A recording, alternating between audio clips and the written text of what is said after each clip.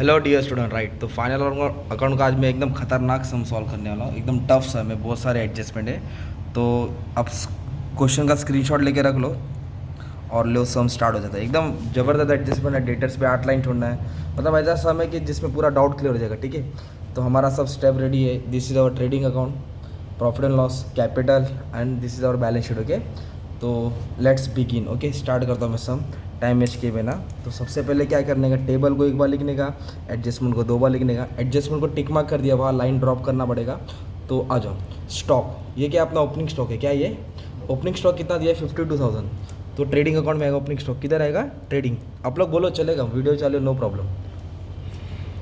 नहीं आएगा पूछने का। डेटर्स क्या होता है? एसेट्स है ना। डेटर्स कितना दिया? 84,000।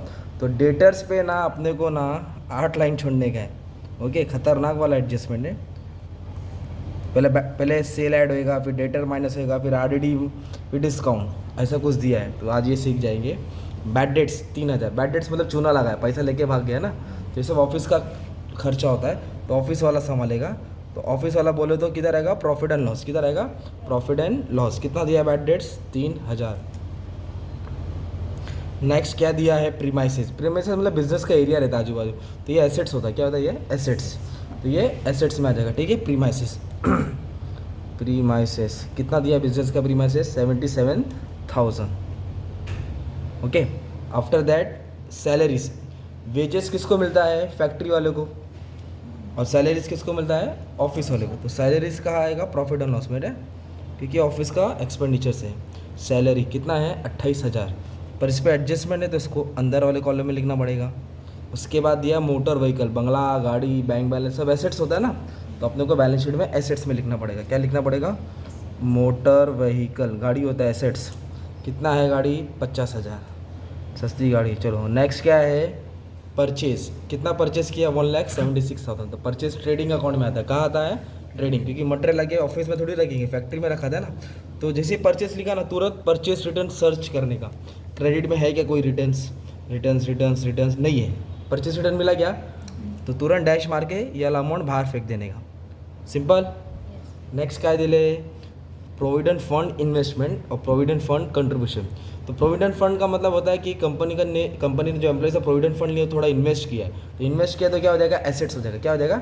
तो मैं इधर शॉर्ट में लिख देता हूँ, PF इन्वेस्टमेंट।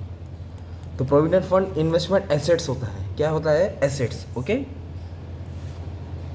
और प्रोविडेंट फंड कंट्रीब्यूशन मतलब जो प्रोविडेंट फंड के रिलेटेड पेपर वर्क है, एक्सपेंडिचर है, तो खर्चा हो गया। तो ये ऑफिस का खर्चा 5,500 PNL में आएगा। कंट्रीब्यूशन मतलब एक तरफ से खर्चा हो गया। तो PF contribution profit and loss के डेबिट। और इन्वेस्टमेंट आया तो किधर आएगा? एसेट्स। इन्वेस्टमेंट आया तो एसेट्स। तो इन्वेस्टमेंट क्या हो गया? Provident fund, assets. और कंट्रीब्यूशन का देखो अमाउंट छोटा मोटा ही दिया ना यार, तो प्रॉफिट एंड लॉस में आएगा। किधर आएगा? ये प्रॉफिट एंड लॉस में। नेक्स्ट दिया वेजेस। क्या दिया है? वेजेस। तो वेजेस तो फैक्ट्री का खर्चा है ना। फैक्ट्री का खर्चा बोले तो ट्रेडिंग अकाउंट। कितना दिया वेजेस अपने को?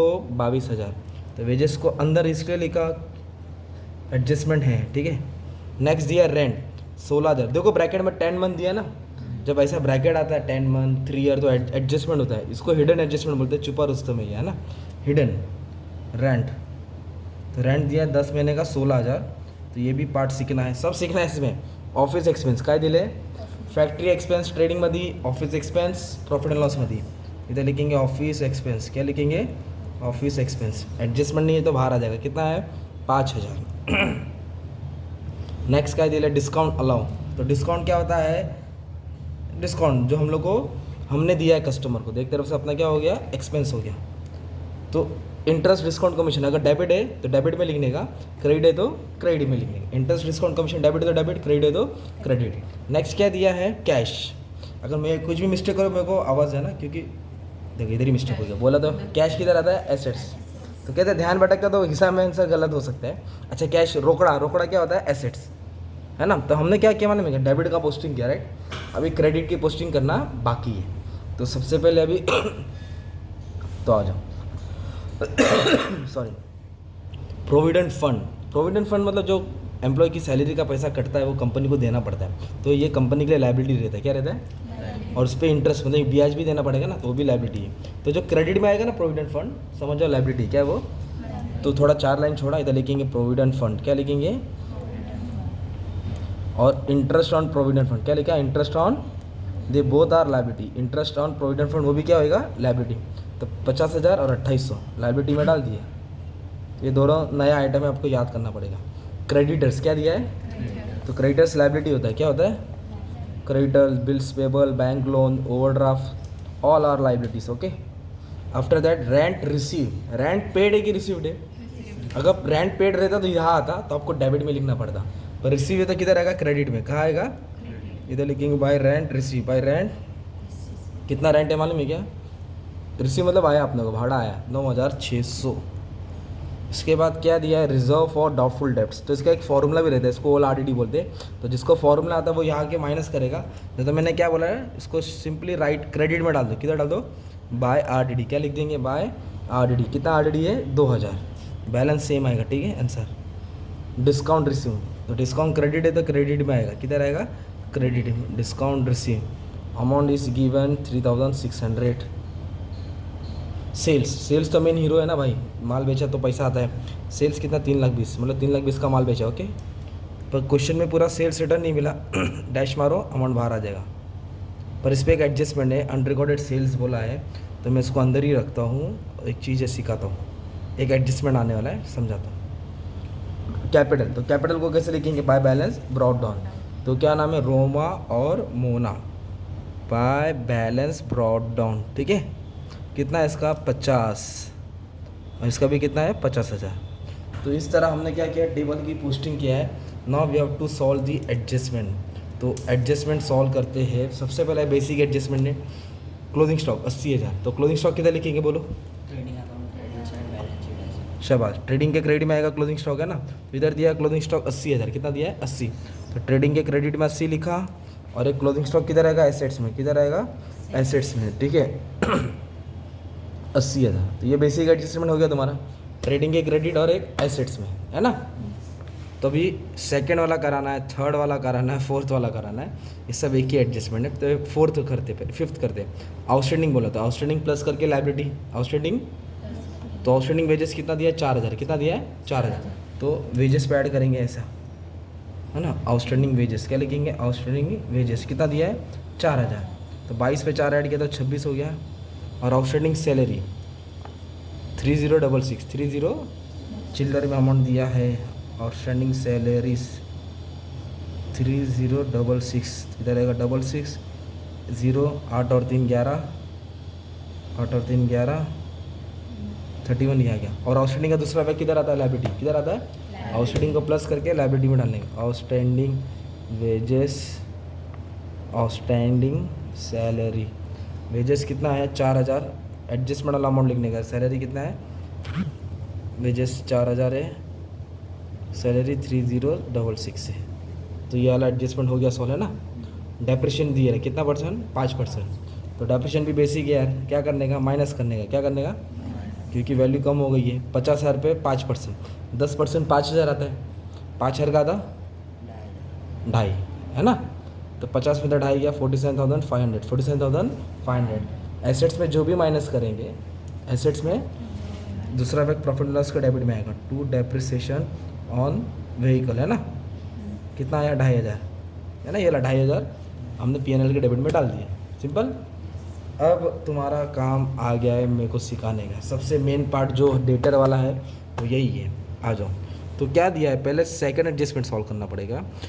गुड्स ऑफ 6,000 वेयर सोल्ड, मतलब माल बेचा, डिस्पैच सेंड कर दिया, but no entry has been made, माल बेचा पर एंट्री नहीं की है, तो इसको बोलते हैं अनरिकॉर्डेड सेल्स। क्या बोलते हैं, goods sold but not recorded. तो अनरिकॉर्डेड सेल मतलब माल बेचा है तो रिकॉर्ड नहीं है, तभी अपने को रिकॉर्ड करना पड़ेगा। तो सेल्स को ऐड करेंगे, किसको ऐड करेंगे, और एक डेटर्स को ऐड करेंगे। सेल्स को क्यों ऐड किया, क्योंकि रिकॉर्ड किया। जब माल बेचेगा तो पैसा आएगा कि जाएगा, आएगा ना। तो पैसा कौन देता है, डेटर देता है ना। तो डेटर्स को ऐड करेंगे, दोनों जगह ऐड होएगा, किधर रहेगा। और अनरिकॉर्डेड परचेस रहता है तो परचेस को ऐड करते हैं और क्रेडिटर को ऐड करते हैं। तो ये अनरिकॉर्डेड सेल्स है, तो ऐड टू सेल्स, तो इधर लिखेंगे अनरिकॉर्डेड, क्या लिखेंगे, good sold but not recorded ना। तो कितने का माल था, 6,000 का था, राइट। तो 6,000 एडजस्टमेंट में अमाउंट था, तो ऐड किया इधर। तो 3,20,000 पे 6,000 ऐड किया, 3,26,000, कितना आएगा, 3,26,000। अब 6,000 आने वाला है ना, तो पैसा कौन देता है, डेटर्स। तो डेटर्स को ऐड करेंगे। अनरिकॉर्डेड सेल्स क्या लिखेंगे, अनरिकॉर्डेड सेल्स कितना, 6,000। तो 84 पे 6 ऐड करेंगे तो 90 आएगा। अगर अनरिकॉर्डेड परचेस रहता तो परचेस को ऐड करते और क्रेडिटर को ऐड करते। चलो तो सेकंड वाला समझ गया ना। अब उसके बाद कहानी क्या गई वाले में क्या हुआ, राइट ऑफ बैड डेट्स 4000, 4000 का चूना लग गया। 4000 बैड डेट्स, मतलब भूल जाओ पैसा आने वाला नहीं है। तो जो देने वाला तो उधर से माइनस करेंगे ना, इधर माइनस करेंगे। न्यू बैड डेट्स क्या लिखेंगे, न्यू बैड डेट्स कितना 1000, 4000। तो 90 में से 4 गया तो कितना बचेगा, माइनस करेंगे तो 86,000, ठीक है। और इधर क्या बोला है, एंड मतलब और, यानी provide RDD 5% on debtor. 5% doubt है, क्या है 5% कि पैसा आने वाला नहीं है, 5% पैसा आने वाला, तो और 5% माइनस करेंगे अभी RDD। तो 5% इस पर निकालने का 86,000 पे, किस पे निकालने का, 90 पे नहीं निकालने का, किस पे 86,000 पे कितना परसेंट, 5%। तो उसको ऐसे सॉल्व करेंगे, 86,000 पे 5%, 20 कैंसिल, 86 को 5 से करेंगे तो 43 आ जाएगा, ठीक है। तो जो भी अमाउंट आया उसको क्या करेंगे, माइनस करके क्या करेंगे, तो 86,000 में तो 4,300 माइनस करेंगे तो 81,700 आएगा, 81,700। तो हमने क्या माइनस किया अभी, बैड डेट्स माइनस किया और RDD माइनस किया, राइट। तो बैड डेट्स 4,000 दिया था, RDD 5%। एसेट्स में जो भी माइनस करेंगे दूसरा बैग प्रॉफिट एंड लॉस के डेबिट में आएगा ना, राइट। तो इधर ऑलरेडी एक बैड डेट्स था 3,000 देखो, है ना। तो इधर हमने जगह छोड़ा क्या नहीं ना, तो इसको काट देता हूँ मैं। तो इधर नीचे लिख देता हूँ बैड डेट्स, क्या लिख देता नीचे, बैड डेट्स, और इसको इनर कॉलम में लिख देता हूँ, कितना लिख देता हूँ, इनर। अब ये जो माइनस किया ना मैंने उसको ऐड कर देने का, किसको, ये बैड डेट्स को ऐड कर दें। इधर जगह नहीं था ना, इसके लिए अंदर लिख दें। तो लिखेंगे प्लस प्लस, है ना, क्या लिखेंगे, न्यू बैड डेट्स, क्या लिखेंगे, BD लिखा, RDD reserve for doubtful debt. तो कितना बैड डेट्स है, 4,000 और 4,300। इधर रहेगा 4,000, इधर रहेगा 4,300। तो 4 4 8, 8 और 3 11, 11,300, है ना। और जिसको फॉर्मूला दे RDD माइनस करेगा 11,002 से तो 9,300 आएगा। तो अपन बैड डेट्स को दे लिखा, RDD को अलग कर दिया, ओके। अच्छा क्या किया मैंने, पहले सेल्स ऐड किया, फिर न्यू बैड डेट्स माइनस किया, फिर RDD माइनस किया ना। तो ये माइनस करके अमाउंट कितना लिखा मैंने, बाहर ना, तो बाहर नहीं लिखना चाहिए क्योंकि इस पर डिस्काउंट भी दिया है, क्या दिया है। तो अब कैसे क्या करना पड़ेगा डिस्काउंट को ये देखो एडजस्टमेंट नंबर 4 देखो ना, provide discount on debtors 2%, creditor 3%। तो डेटर्स पे कितना परसेंट डिस्काउंट है, 2%। तो 2% डिस्काउंट भी माइनस करना पड़ेगा। तो लिखेंगे डिस्काउंट, क्या लिखेंगे, कितना परसेंट, 2। तो 81,700 पे 2%, 2 जीरो छुपा देंगे, 817 को 2 से मल्टीप्लाई, 800 800 1600 1734, 1634 आ जाएगा। इन दोनों को क्या कर देने का, माइनस। तो जब दोनों का माइनस किया तो 80,800 इतना आ गया, राइट। और एसेट्स में क्या किया, डिस्काउंट को माइनस किया ना, मतलब एसेट्स को जो भी माइनस करेंगे ना वो हमारा प्रॉफिट एंड लॉस के किधर आएगा, डेबिट। डिस्काउंट मतलब हमने उसको माफ़ किया पैसा, तो अपने एक तरफ से लॉस हो गया ना, तो इधर डिस्काउंट लिख देंगे। कितना डिस्काउंट है, 1634। और एक बात बोलूँ, ये डिस्काउंट इधर एक डिस्काउंट इधर, दोनों को ऐड करना चाहिए, तो मैंने जगह नहीं छोड़ा है। आप लोग क्या कर देना, इन दोनों को ऐड कर देना, क्या कर देना, ऐड कर देना। अब एक और डिस्काउंट बोला है क्रेडिटर्स पे, देखो ना कितना परसेंट बोला है, 3%। तो ये अमाउंट बाहर है, इसको भी अंदर लिखना पड़ेगा ना। तो ऐसा मिस्टेक जानबूझ के किया ताकि तुमको समझ में आए कि अंदर क्यों लिख रहा है, बाहर क्यों लिख रहा हूँ। तो कितना परसेंट डिस्काउंट है, 3%। तो ये डिस्काउंट माइनस ही होता है, राइट। तो 84,000 पे कितना परसेंट निकालेंगे, 3% निकालेंगे। 84 पे 3%, 2520। तो 81,480, 81,480, इसको माइनस करके आंसर आया। अब लाइबिलिटीज़ में जो भी माइनस करेंगे, लाइबिलिटीज़ में वो क्रेडिट में आएगा प्रॉफिट एंड लॉस की। एसेट्स में माइनस किया तो डेबिट में ना, लाइबिलिटीज़ में माइनस किया तो किधर आएगा, क्रेडिट में। तो इधर लिखेंगे बाय डिस्काउंट, इधर ही डिस्काउंट है तो इसको ही ऐड करने का था, डिस्काउंट लिख दिया, क्या लिख दिया, डिस्काउंट। कितना है, 2520। तो एडजस्टमेंट ख़त्म नहीं हुआ है, डेप्रिसिएशन, आउटस्टैंडिंग वेजेस। एक एडजस्टमेंट इधर बचा है ना यार, मेन एडजस्टमेंट 10 महीने का 16,000। रेंट उन लोगों ने कितना माना, 10 महीने का, तो 1 महीने का कितना होगा, 10 महीने का 16,000, तो 1 महीने का कितना। तो एकदम सिंपल, ये 16,000 है ना, 10 महीने का, तो 1 महीने का 1600 हो गया ना। तो साल में कितना महीना रहता है, 12। तो 1 महीने का 1600, तो इसने कितना महीना भरा, 10। तो कितना महीना नहीं भरा, तो 1 महीने का 1600, तो 2 महीने का कितना का मल्टीप्लाई करेगा ना 2 से, तो 3200 आउटस्टैंडिंग है, 3200 कम भरा उसमें। तो पहले ऐड करेंगे ऐसा, आउटस्टैंडिंग रेंट, क्या लिखेंगे, आउटस्टैंडिंग रेंट 3200, है ना। तो 19,200 हो जाएगा, राइट।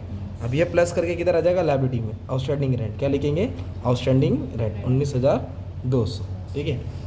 तो ये पूरा एडजस्टमेंट मैंने सॉल्व कर दिया, सम था ये सब बैलेंस शीट के टोटल है, gross profit net profit balance sheet. तो मैं चाहता हूँ कि आप लोग टोटल सॉल्व करो और कमेंट में डाल दो, ठीक है। तो मैं इधर ही रुकता हूँ, ठीक है। सम बड़ा हो जाएगा तो total gross profit net profit है ना, ट्रांसफ़र करना, ठीक है। टोटल आपको मैंने हेल्प किया एग्जाम में, ट्राई करना। तो थैंक यू वेरी मच।